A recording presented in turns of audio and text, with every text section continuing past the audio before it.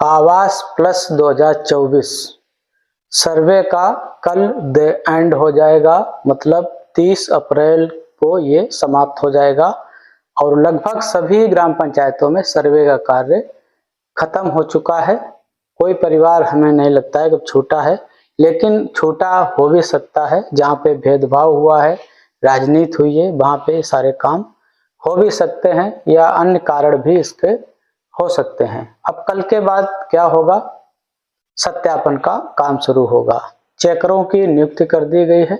जो सर्वे किया गया है, सर्वे में जो डाटा प्रोवाइड कराया गया है, जो डाटा की एंट्री की गई है आवास प्लस ऐप पे, उस डाटा की चेकर के द्वारा सत्यापन कराया जाएगा कि आपने जो डेटा उपलब्ध कराया है वह डेटा सही है या गलत है।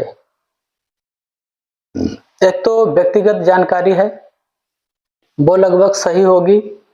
खाता जो दिया गया है वो सही होगा। परिवार के सदस्यों की जानकारी दी गई वो लगभग सही होगा।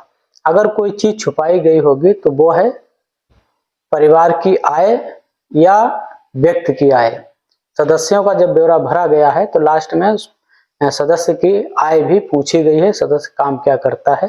अगर ये डाटा छुपाया गया है, मान लीजिए कि वो सर्विस करता है लेकिन उसमें लिख दिया गया कि वो काम करता है, मजदूरी करता है या कोई अन्य काम करता है, तो ये डाटा गलत एंट्री माना जाएगा और इसको नोट किया जाएगा।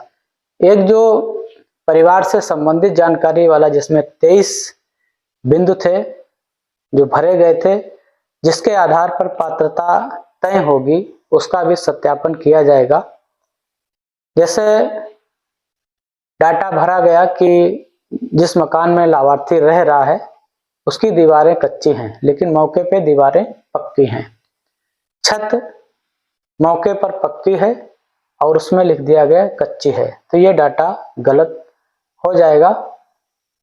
साथ ही साथ वहां पे लिख दिया जो केसीसी है वो 50,000 से कम की है, लेकिन जब जांच की जाएगी मालूम हुआ सूची उपलब्ध करा दी गई। अगर बैंक के माध्यम से सरकार ये भी मांग सकती है, सरकार बैंक को चिट्ठी लिखकर कह सकती है कि इस गांव पंचायत का जो केसीसी का डाटा है वो उपलब्ध करा दिया जाए गांव पंचायतों को, तो बैंक डाटा दे देगी कितने ऐसे लोग हैं जिनका 50,000 से ऊपर का केसीसी बना हुआ है।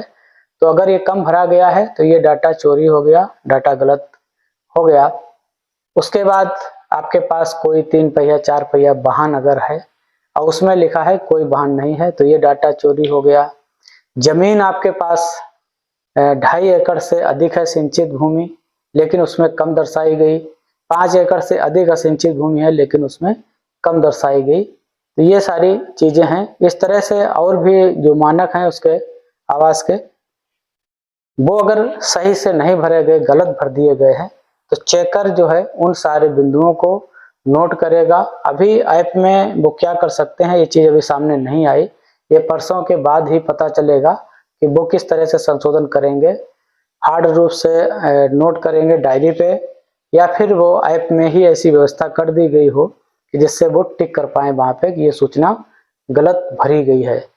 बहुत सारे सर्वेयर जो हैं उन्होंने गलत भरा है या प्रधान ने गलत भराया है या लाभार्थी ने सही सूचना नहीं दी है वो भराया है।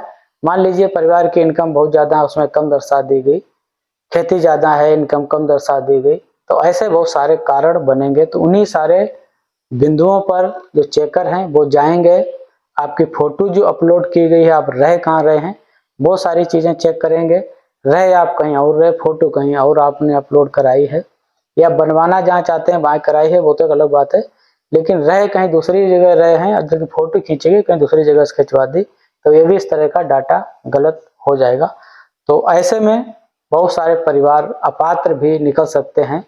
अगर जो चेकर है ईमानदारी से काम करेगा तो, अगर बिक गया, पैसा लेके काम कर दिया, तो फिर वही होगा कि न्याय नहीं हो पाएगा लोगों के साथ में। जिनकी सूचनाएं गलत भर दी गई वो भी पात्र हो जाएंगे। हो सकता है किसी के साथ अन्याय कर दिया गया हो, उसका डाटा कुछ और हो लेकिन उसे अपात्र बनाने के लिए डाटा उसमें कुछ और भर दिया गया हो, तो ये सारी चीजें सामने आ सकती हैं। हमारे साथ जुड़े रहिएगा, हमारे चैनल को सब्सक्राइब कर लीजिएगा अगर पहली बार देख रहे हैं। वीडियो को लोगों को शेयर जरूर करिएगा।